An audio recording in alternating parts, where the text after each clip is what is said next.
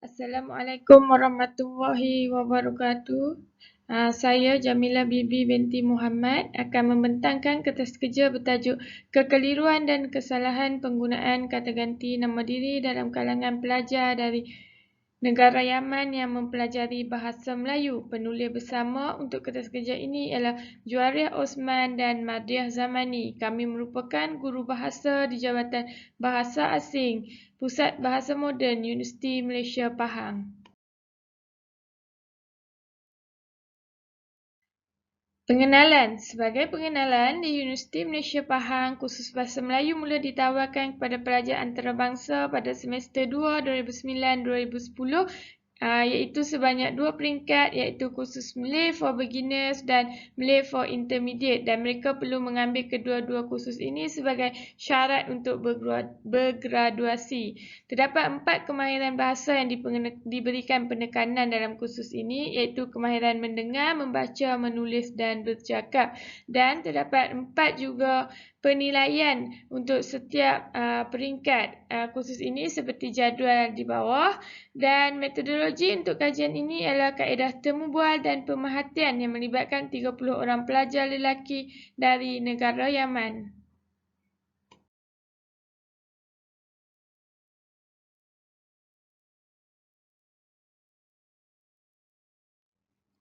Untuk memulakan perbincangan, marilah kita mengetahui apa itu kata ganti nama diri, iaitu kata yang dapat menggantikan kata nama manusia dan secara terbatas kata nama yang lain. Ianya terbahagi kepada 3, iaitu kata ganti nama diri pertama, kedua dan ketiga. Seperti saya, dia, mereka, kami, awak dan kita. Kata ganti nama diri juga digunakan apabila kita tidak mahu menyebut nama seseorang, dan di dalam ayat sekiranya digunakan, ia bertujuan untuk menunjukkan hubungan antara orang yang bercakap, orang yang dilawan bercakap dengan orang atau benda yang dicakapkan. Objektif kajian ini ialah meninjau dan mengenal pasti kekeliruan dan kesalahan penggunaan kata ganti nama diri dalam kalangan pelajar dari negara Yaman yang mempelajari bahasa Melayu. Kajian ini akan membincangkan secara asas kenapa berlakunya kekeliruan dan kesalahan penggunaan kata ganti nama diri ini, ya. Dan kita dapat lihat terdapat 2 faktor, iaitu faktor dalaman dan luaran yang menyebabkan hal ini berlaku. Faktor dalaman ialah perbezaan bahasa Arab dengan bahasa Melayu itu sendiri, yang mana secara umumnya di dalam bahasa Arab, bentuk kata ganti nama diri terbahagi kepada bentuk mufassir iaitu terpisah, dan juga bentuk muttasil iaitu dalam bentuk yang bersambung. Kemudian, bentuk kata ganti nama diri bahasa Arab juga melibatkan gender iaitu lelaki muzakkar dan juga perempuan muannas. Seterusnya, bentuk kata ganti nama diri dalam bahasa Arab juga melibatkan bentuk bilangan iaitu mufrad bilangan 1, muthanna bilangan 2 dan juga jamak iaitu ramai. Yang mana bentuk-bentuk seperti ini tidak ada sama sekali di dalam bahasa Melayu.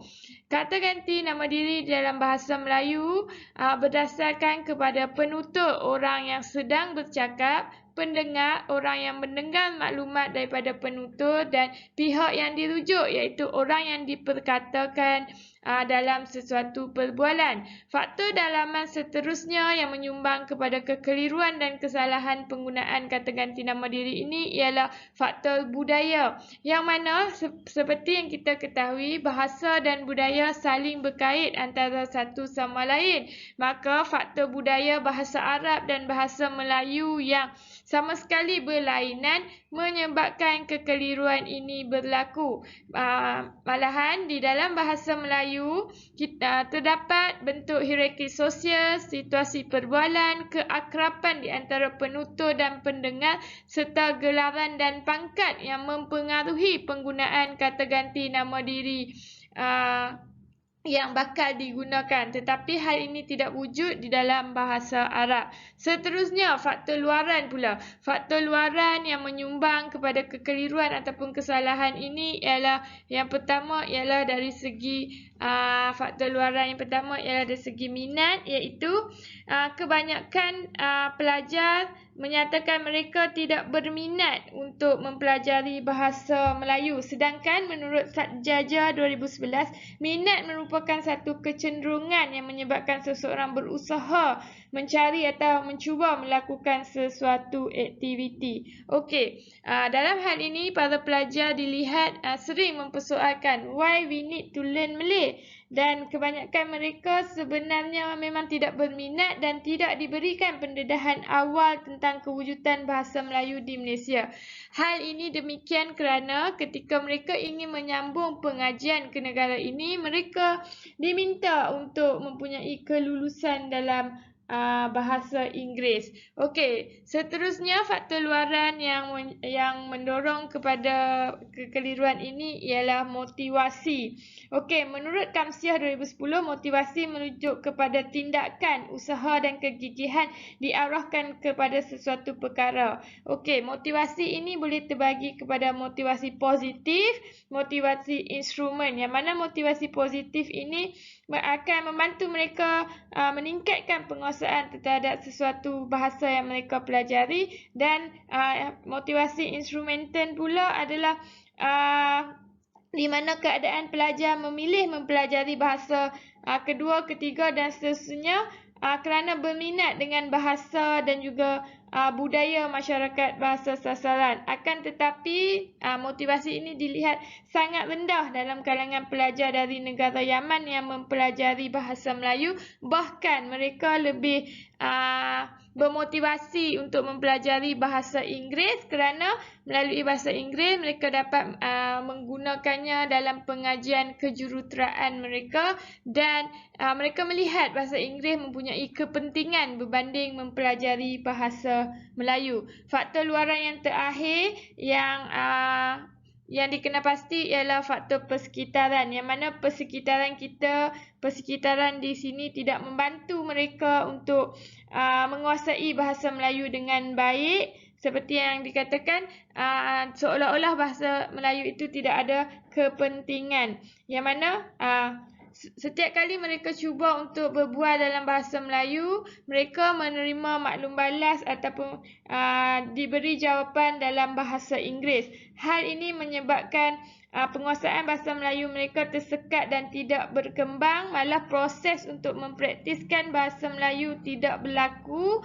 dan mereka seolah-olah belajar hanya sekadar di dalam kelas dan bertujuan untuk peperiksaan semata-mata. Justru itu, apakah langkah yang boleh kita ambil untuk mengatasi ataupun membantu mereka menguasai bahasa Melayu?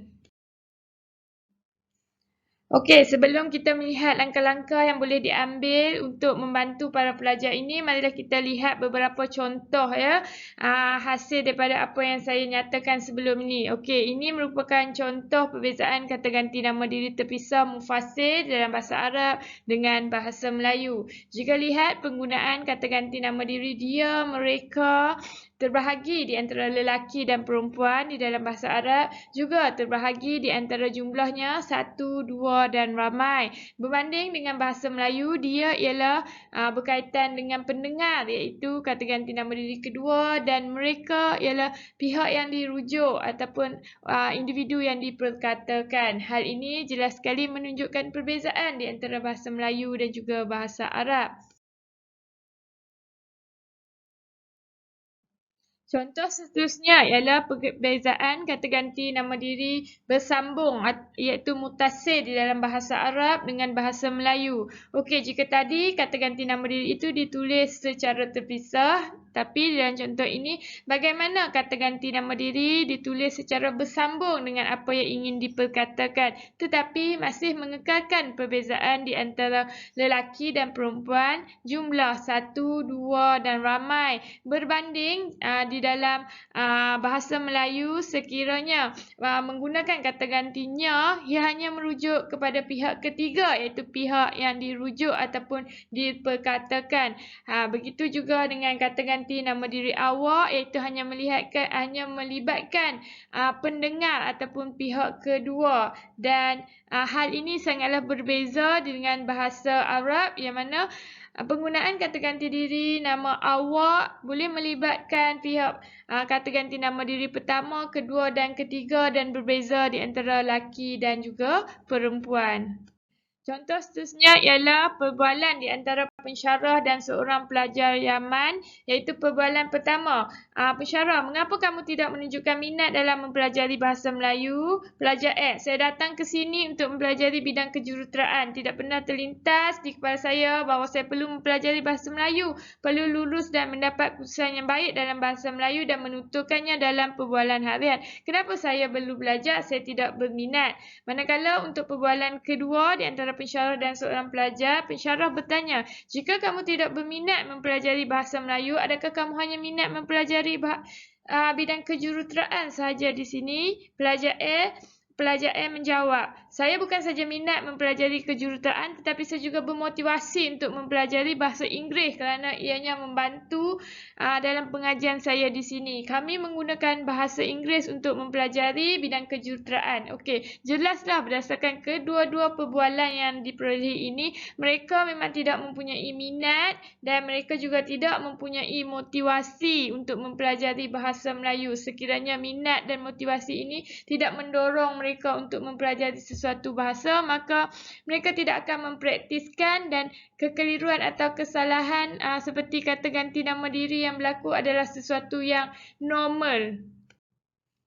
Akhir sekali, marilah kita melihat langkah-langkah yang boleh diambil ataupun dipraktis untuk membantu para pelajar ini dalam menguasai bahasa Melayu, seterusnya tidak lagi melakukan kesilapan ataupun mengalami kekeliruan ketika menggunakan bahasa Melayu dan juga kata ganti nama diri. Yang pertama ialah persekitaran. Mewujudkan persekitaran yang membantu mereka untuk mempraktiskan bahasa Melayu dan menggunakan bahasa Melayu, dan persekitaran ini hendaklah berlaku di dalam kampus itu sendiri, yang mana seterusnya barulah mereka dapat mempraktiskan di persekitaran luar kampus. Seterusnya ialah mengadakan aktiviti-aktiviti yang bersesuaian supaya mereka dapat menggunakan bahasa Melayu yang mereka pelajari di dalam kelas, dan mereka dapat mempraktiskan. Langkah seterusnya ialah mempraktiskan bahasa Melayu yang mereka mempelajari itu tersebut. Mungkin melalui aktiviti seperti mentor-menti, rakan sekelas mahupun aktiviti-aktiviti bersama dengan penutur asal bahasa Melayu. Dan langkah terakhir yang mungkin boleh dilakukan juga di dalam kelas, iaitu dengan membuat latihan yang bersesuaian dalam mempraktiskan bahasa Melayu ini, mungkin membantu mereka mendapat hasil berjaya untuk menguasai bahasa Melayu dengan baik. Dan sekiranya mereka masih kurang berjaya ataupun tidak berjaya, mungkin mereka boleh mengulangi semula langkah-langkah yang dicadangkan agar mereka terus menguasai bahasa Melayu dengan baik. Okey, sebagai rumusan, saya ingin jelaskan sekali lagi bahawa kertas kerja ini hanya membincangkan secara asas berkaitan kekeliruan dan kesalahan penggunaan kata ganti nama diri yang berlaku dalam kalangan pelajar Yaman yang mempelajari bahasa Melayu. Kita tidak menunjukkan data-data yang spesifik dan terperinci akibat daripada kekangan masa. Dan sebagai rumusannya, kita sebagai penutur bahasa Melayu, kita seharusnya berusaha menggunakan bahasa ini bertutur dengan mereka yang berasal dari luar negara. Bukannya kita pula memilih untuk menggunakan bahasa-bahasa lain, terutamanya bahasa Inggeris ketika bertutur dengan mereka. Sikap kita terhadap bahasa kita sendiri adalah penting untuk membantu perkembangan bahasa Melayu ke peringkat yang lebih jauh. Dan jika mempunyai sebarang persoalan, bolehlah menghubungi saya seperti email di tertera ataupun bolehlah bertanyakan ketika sesi soal jawab nanti. Sekian, terima kasih.